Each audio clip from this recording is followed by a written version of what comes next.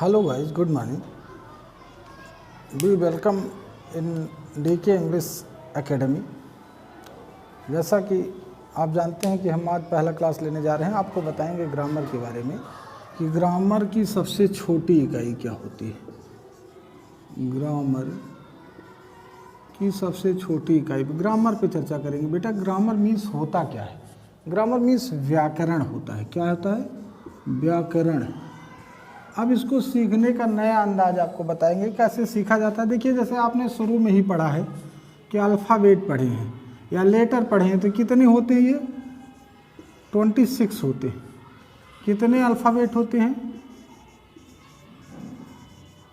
कितने अल्फ़ाबेट होते हैं? 26 होते हैं। इसको हम क्या करते हैं? अलग अलग करते हैं।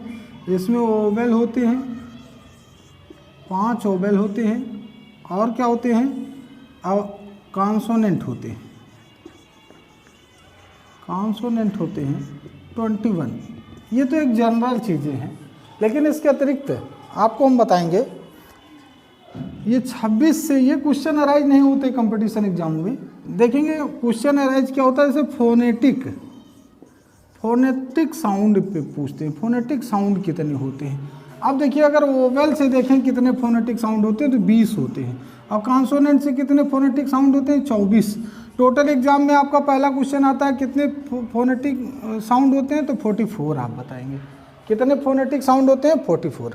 अब बात आती है इन अल्फ़ाबेट को। अल्फ़ाबेट और इनका निर्माण, वर्ड का निर्माण कैसे होता है? बेटा वर्ड कैसे बनता है?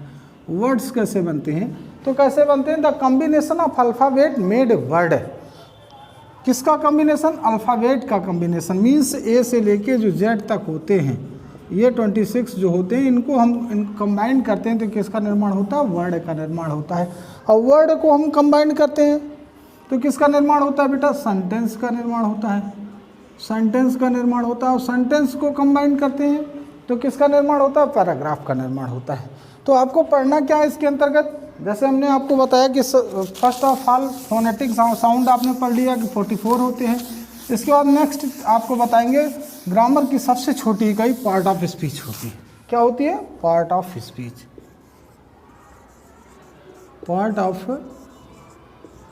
स्पीच।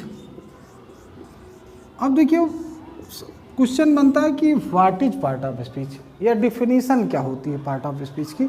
तो पार्ट ऑफ स्पीच की डिफिनीशन जानेंगे। ये कितने टाइप का होता है? 8 होता है। ये तो नॉर्मल सब लोग बता देते हैं, लेकिन इसकी डिफिनीशन क्या? पार्ट है, स्पीच है। अब देखो इसकी ही मीनिंग निकालते हैं। पार्ट का मतलब हिस्सा, स्पीच का मतलब स्पीच इक्वल टू स्टेटमेंट कह सकते हो।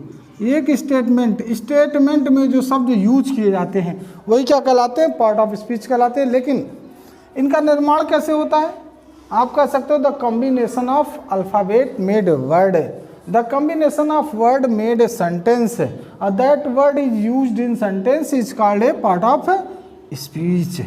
या कह सकते हो the combination of word made, the combination of alphabet made word, the combination of word made sentence, that word is included in sentence is called part of speech. या हिंदी में आप क्या कह सकते हो? अक्षरों के मेल से शब्द बनता है, शब्दों के मेल से वाक्य बनता है, वाक्य में जो शब्द निहित होते हैं वही पार्ट ऑफ स्पीच कहलाते हैं। क्लियर? अब हम इस पर थोड़ा सा चर्चा करेंगे। पार्ट ऑफ स्पीच होता कितने प्रकार का है? तो ये 8 प्रकार के। बेटा पार्ट ऑफ स्पीच नॉर्मली कितने प्रकार का होता है? 8। ये 8 पार्ट ऑफ स्पीच कौन कौन से हैं? पहला है नाउन, दूसरा है प्रोनाउन, तीसरा है वर्ब,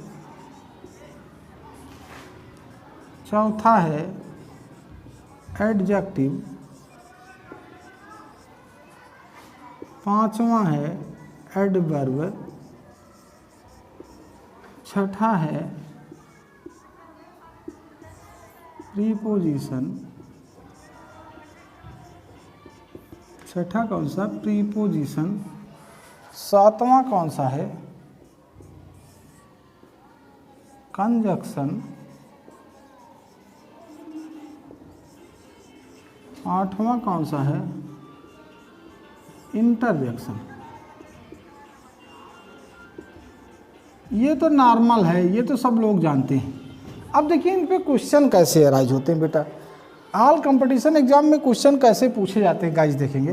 तो क्वेश्चन अराइज होते हैं नाउन से, क्वेश्चन अराइज होते हैं प्रोनाउन से, क्वेश्चन अराइज होते हैं वर्ब से, क्वेश्चन अराइज होते हैं एडजेक्टिव से, एडवर्ब से, प्रीपोजिशन से, कंजक्शन से। इतना महत्वपूर्ण है, ये 8 में से 7 महत्वपूर्ण है। अब देखिए नाउन से क्वेश्चन कैसे अराइज होते हैं, नाउन से क्वेश्चन कैसे अराइज होते हैं। नाउन को हम एक क्वेश्चन बनता है इससे आइडेंटिफाई करने के लिए, कैसे हम आइडेंटिफाई करते हैं, या आइडेंटिफाई में किस तरह का नाउन है, ये क्वेश्चन बन जाता है।